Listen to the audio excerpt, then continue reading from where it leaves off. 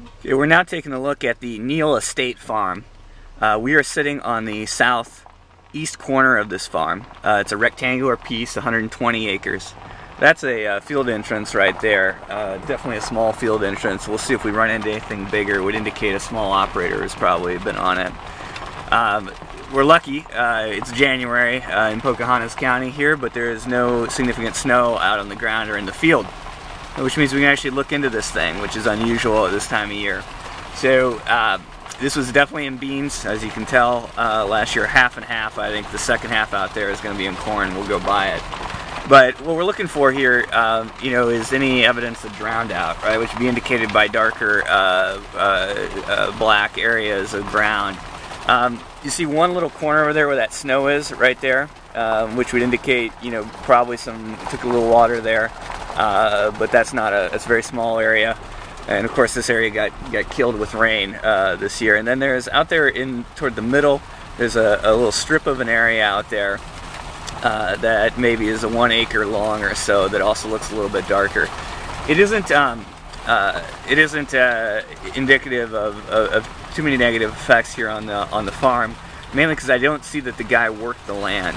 So typically, if you had a serious drowned out, it would be tilled, and this ground hasn't been tilled. They're obviously doing no-till farming on it.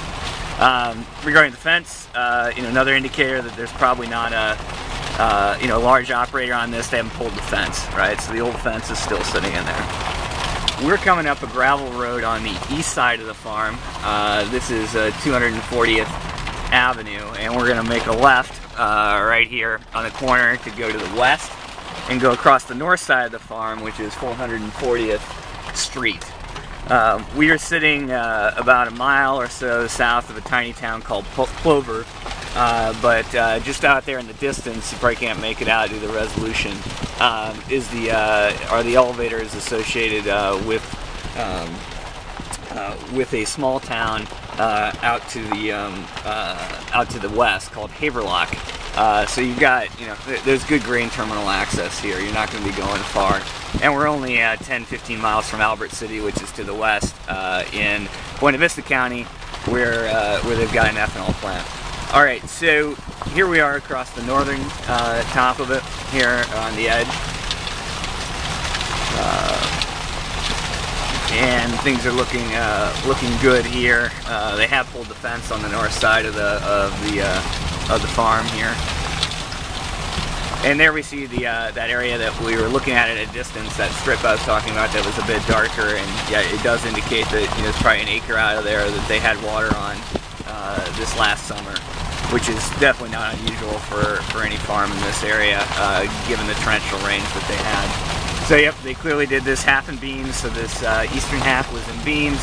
We're coming up on the section that had the corn, which is obviously no-till. You're going to see all the stalks here. They didn't rip or pull anything. Good indicator that they've been using no-till on the farm. All right, the other thing about this farm is that there is an acreage. That's that big clump of trees that's sitting out there. The acreage is not part of the farm. It does, is a minor detraction in terms of farmability, because you have to farm around it. There's a field entrance. There's your large field entrance. So that one is the one clearly that they're using to access probably the entire field from right there. Let's see here on the north side of the road, you got a hog confinement building. There's no mention in here of any access to manure out of that building.